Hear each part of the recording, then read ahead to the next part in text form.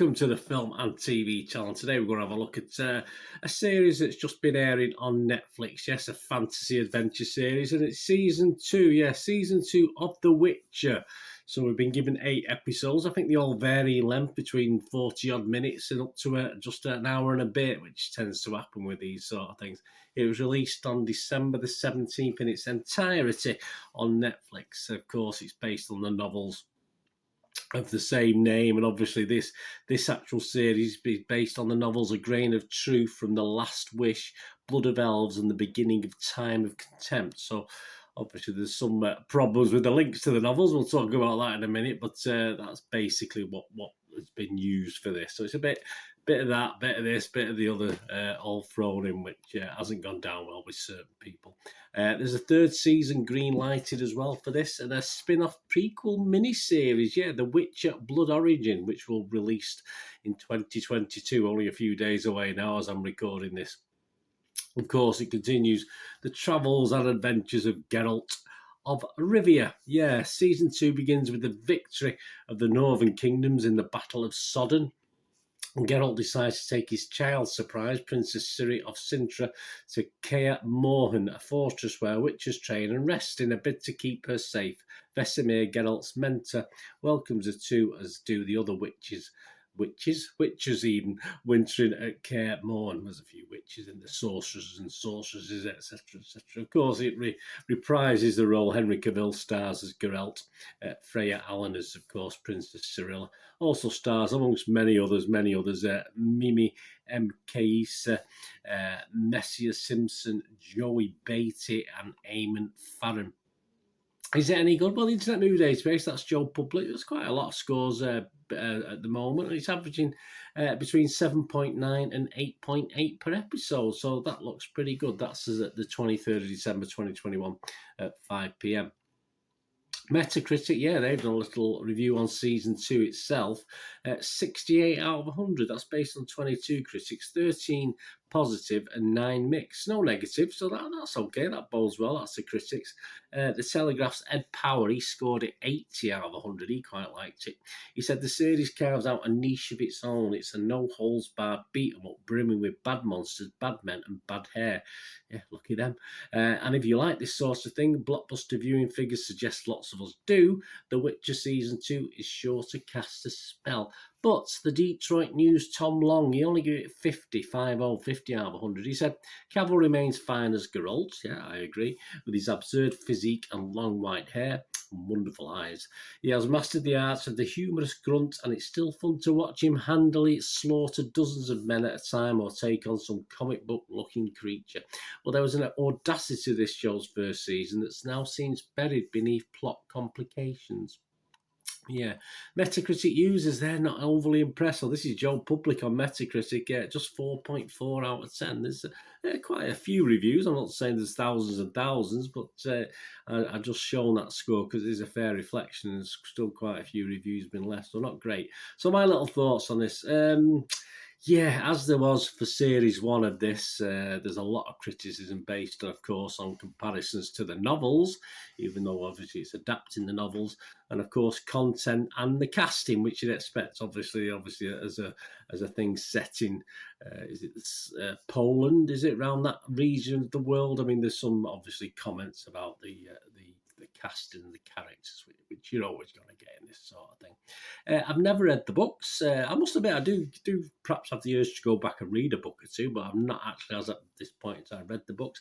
I have watched a bit of one of the games being played. My lad had it, and he played it for a couple of hours once while I was watching play it, but I really don't know that much about it to compare it with the novels or the games, so I do come it from that sort of angle. I just watch it, but as just a fancy adventure that I've no knowledge of anything, any background, which is unusual. I watch a lot of fancy adventure, and usually it's based, as you say, on a comic book or a novel. I have actually dipped in or read things, but I haven't with this, so that's purely where my views are coming from. So I hope you can appreciate that.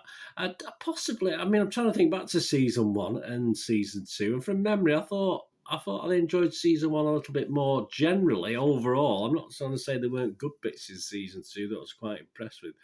I only really found series 2 fully come alive during the last couple of episodes, so episodes 7 and 8. Till then, it was okay, don't get me wrong, I watched it, I quite enjoyed it, but I failed to really care about almost all the characters in it, apart from the two leads, of course, that we mentioned before.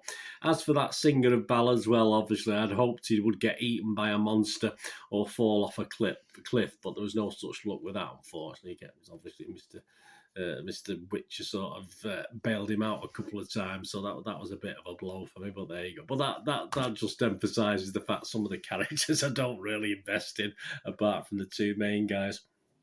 There's some good scenes, as I said. There's some, even in the early episodes, there are some good scenes dotted about. A couple of quite dark sort of murder scenes that are quite. I was impressed with the way the murders were carried out. So I did enjoy that aspect of it. It's quite adult in that part, but some people complain it's a little bit more family friendly. Certainly certain bits aren't, that's for sure. But I know what they're trying to get at with the monsters and stuff like that. It perhaps doesn't have the gore that you'd expect, and there is plenty of it, don't get me wrong, but it just seems to get watered down just a little bit, and I have noticed that criticism, but not too much. As I said, I was impressed with some of the scenes. There is a lot of fill. There's a lot of switching from story to story and characters to characters. And as I said, because I wasn't overly invested in some of the characters, I wasn't overly enthused or watching it as adamantly as when the two main guys are on the screen, of course. So yeah, so that was the problem, as I say. And there are stories sort of growing. It's one of these things, probably by if it gets there, series 5 or 6, yeah, I'm probably more involved with other characters, but it is a bit of a struggle just at the moment. The scores are positive, though. I mean, there's a lot of the reviews have actually been written that people have actually bothered to put a review on Internet Movie Database. They're mainly negative or middle of the road, bit mixed. But yeah, that usually happens. But a lot of people who just leave a score for whatever reason, just leave a score and don't make a comment. The scores are quite high, as you saw from those Internet Movie Database ratings before.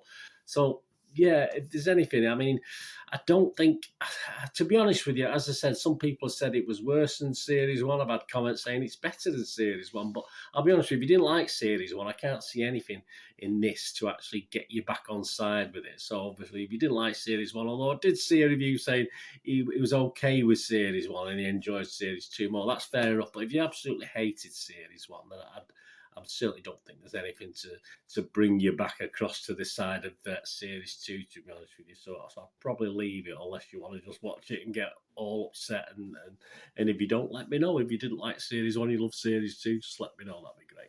But for me, it is an okay addition to the fantasy adventure genre, of course. But perhaps at this point in time, I'm also watching on a weekly basis. I can't binge watch it, unfortunately. On Netflix's rival, of course, Amazon, I'm watching The Wheel of Time. And to be honest with you, at this point in time, I'm enjoying The Wheel of Time far more than I enjoyed this Witcher series. So that might give you an idea as to where I'm coming from on this. But as I said, it's okay. It's okay. It's a watchable thing for me. So if it's a watchable thing, it's going to get a standard 6 out of 10.